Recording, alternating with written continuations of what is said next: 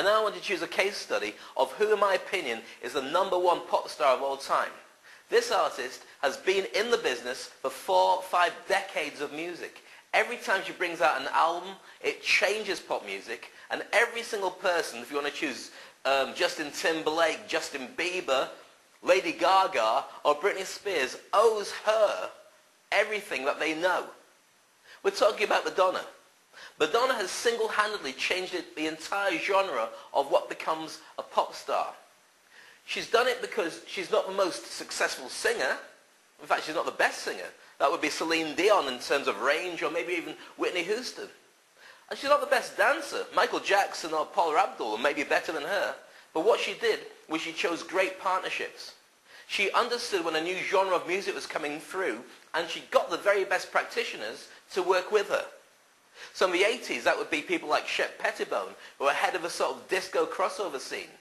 And then creating that amazing Ray of Light album came with William Orbit, who did a lot of ambient, disco, sort of house music. But she grabbed him and created something brand new. And she continues to do so. Okay, she might not need the money. But right now, I still say, without her, music would be a completely different thing. She embodies the diva, but also she can't be written off because you never know what she's going to come out with next. So let's take an insight into Madonna and turbocharge your brand TV.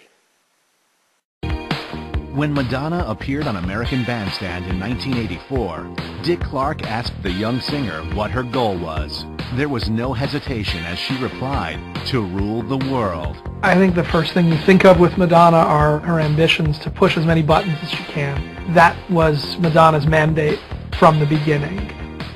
A talented young dancer, Madonna spent 2 years at the University of Michigan on a dance scholarship, but she just couldn't wait. She quit and headed off to New York. After a few years of struggling, Madonna's 1983 self-titled debut album launched 3 top 10 singles. This early rise to fame came at the perfect time, as MTV was just getting started. Madonna's ability to be ahead of the fashion curve was obvious from the beginning. She never followed the trends. She created them.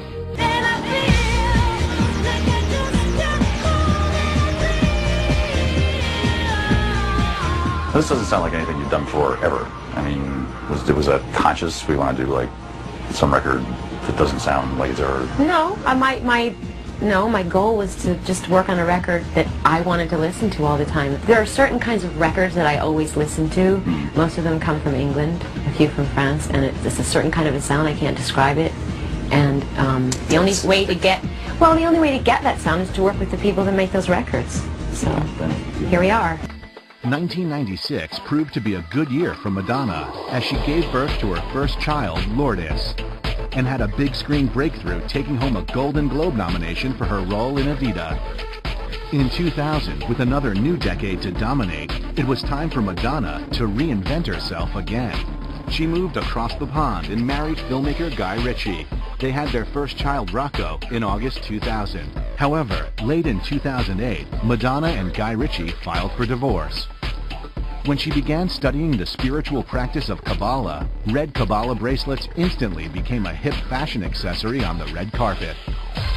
In 2003, Madonna proved, after 20 years on the scene, she still had a few raunchy tricks up her sleeve. Her open-mouth kiss with Britney Spears at the 2003 VMAs became front-page news. In 2006, Madonna adopted a young boy from Malawi named David.